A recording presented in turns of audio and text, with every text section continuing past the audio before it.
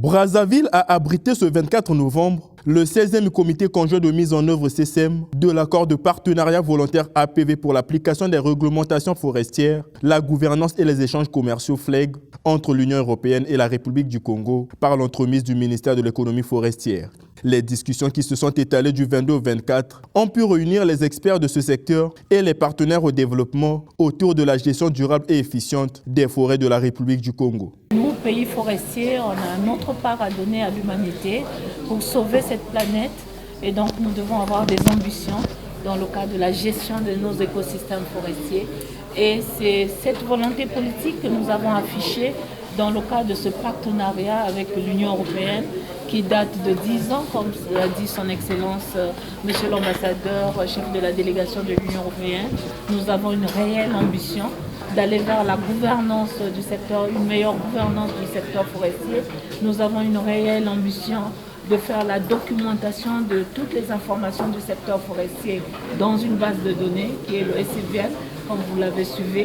Et donc pour nous, cette ambition, nous avons l'ambition de renforcer les capacités dans nos directions départementales. Exprimant l'ambition du gouvernement, Rosalie Matondo n'a pas manqué d'évoquer les avancées déjà réalisées grâce à ce partenariat proactif et inclusif entre la République du Congo et ses partenaires, notamment l'Union européenne et le Royaume-Uni.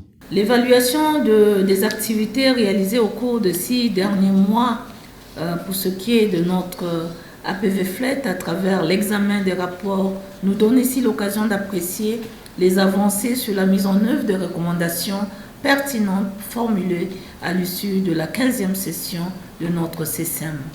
Ainsi, l'analyse des résultats du PTAB 2022 m'amène à relever une nette amélioration du taux de réalisation des activités prévues au semestre finissant à hauteur de 51%.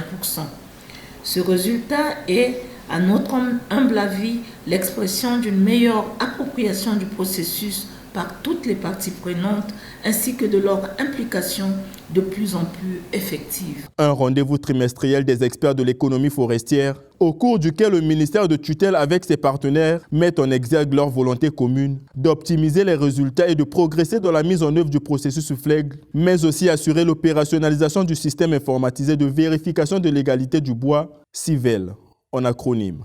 Partenaire stratégique, l'Union européenne accorde bien l'importance à ces projets. Au cours de la session technique du présent CCM, les différents experts ont pu dresser un bilan de nos réalisations respectives et des défis qui restent à relever.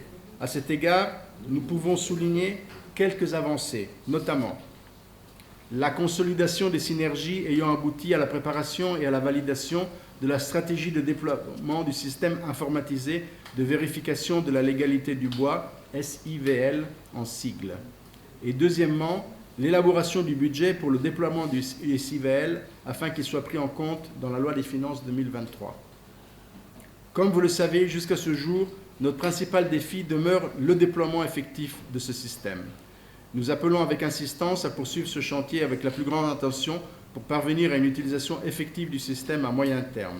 La réunion de ce 24 novembre a permis aussi à la République du Congo et l'Union européenne, avec les pays membres et partenaires, de plancher sur la validation d'un aide-mémoire, en plus du rapport des experts qui reflètent les réalisations respectives des recommandations des différentes CSM et des défis qui restent à relever.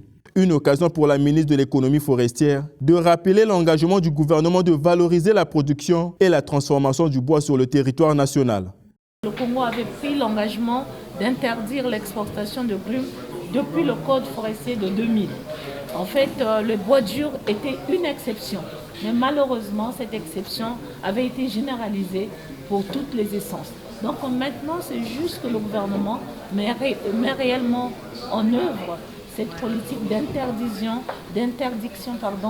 des grumes à l'export pour favoriser une valeur plus ajoutée sur le territoire national avec une installation des industries dans notre pays et puis la valorisation, la promotion des zones économiques spéciales. La tenue de cette 16e session du comité conjoint de mise en œuvre intervient 6 mois après la session du mois de juin.